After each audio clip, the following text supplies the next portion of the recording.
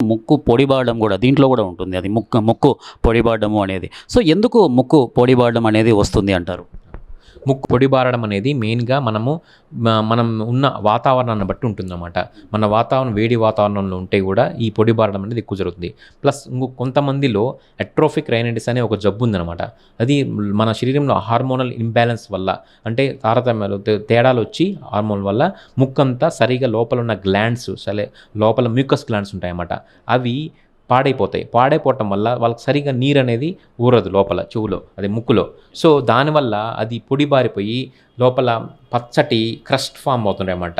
ఆ crust form అవ్వటం వల్ల వాళ్ళకి గాలి తీసుకున్నా కానీ ముక్కులో నుంచి గాలి ఆడటం లేదనే ఫీలింగ్‌లో ఉంటారన్నమాట.